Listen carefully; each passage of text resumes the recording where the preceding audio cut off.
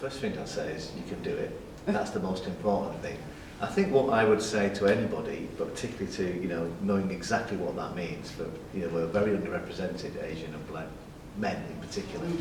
And one of the things I would say is actually to focus on what you want to do, to understand what it is you want to do, and to, once you've figured that out, to think about where you want to go. So, I was very lucky, I was very fortunate to go to business school, and one of the things I came away with was this really simple notion, which was to think about what is your 3-year plan, 5-year plan, whatever. And once you know where you want to be in 5 years, even if it's a bit of fantasy, what are the things that would stop you from getting it, and what are the things you would need to work on to help you achieve something? And I think that's the real key to this, which is there will be lots of what we call derailers, blockers, things that stop you. And the question is, how do you react to that? Do you react to it by saying, well, world's all over the place, or people have got it in for me, because there's a lot of that, or do you find a way of dealing with it? And I think having that resilience, having that thick skin, and having the ability to think about how better do I need to be, because sadly it isn't fair. I know that from my own experience. It's not equal. We'd like to think it is. People probably think it is, but there's that whole thing about unconscious bias. So people think they're being fair, but quite frankly, when you look at recruitment policies, etc., and success rates, clearly something's wrong, because we can't all be rubbish, right? So my thing was to say, if you can factor all of that in, and obviously be bloody good, get on with people, be the person that comes up with the next extra thing, not just the general job. To think outside, to say, well, what will get me that next particular role, what's going to make me stand out, etc. All of those things, if you can do all of that, you can achieve it. But you do have to work hard, and I would say probably harder than a lot of your contemporaries around you. And that's really interesting, because now when we start to think about people working extra and harder, and they're not being paid to work hard,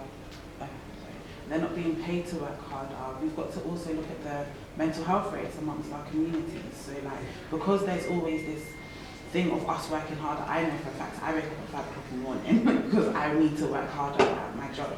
And that isn't always taken into account. How do we then balance self-care with achieving the best? How have you done that? Well, the honest truth is you have to work harder. And there's that really appalling kind of phrase which talks about Protestant work ethic, but you have to have that kind of work ethic. And there's a number of things. You can. In my early days, one of my bosses first described me as more inspiration than perspiration. And there's a bit of truth in that. But I think if you can marry the inspiration and the perspiration, as it were, then you can get on. Now, I work 7 days a week, I'm available, I don't work 24/7. But the thing is, I'm working all the time. But particularly with this new technology, when I say new, but the last 10 years, so emails on your BlackBerry or your iPhone or whatever it is, when you got to think about it, when I started out as a journalist, there was no internet, and there were at the very early stages of mobile phones. And laptops definitely weren't that lightweight, and cameras were very, very big. So when you think about what we have now around us, we don't switch off. Now the question is, how do you deal with that? And I would say in many, many creative industries, particularly in the broadcasting and media and journalism side, it never ends. And I think that you have to learn to cope with that. And if you are somebody that is a bit lazy, I'm not saying that's everybody is, but if you're not willing to put those kind of hours in, and if you have the inability to switch on and off, I think you might struggle a little bit. And I think that's where then the answer to your question comes in, which is, should somebody have to deal with that? And I think you have to find a happy medium for you, because if it's making you ill, then it isn't the right thing for you. Or if it's making you ill, why is it making you ill? What is it about? What is it that you may need to change? Sometimes you can't change, or sometimes the working environment you're in can't change.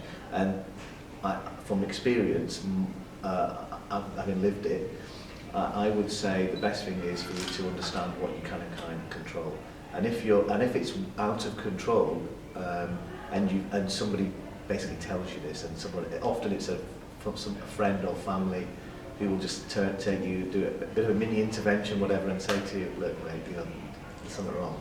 I think you have to listen and take control. And I've left jobs or I've moved around, or I've decided that I'm not going to do this anymore, simply because it wasn't working for me on whatever level.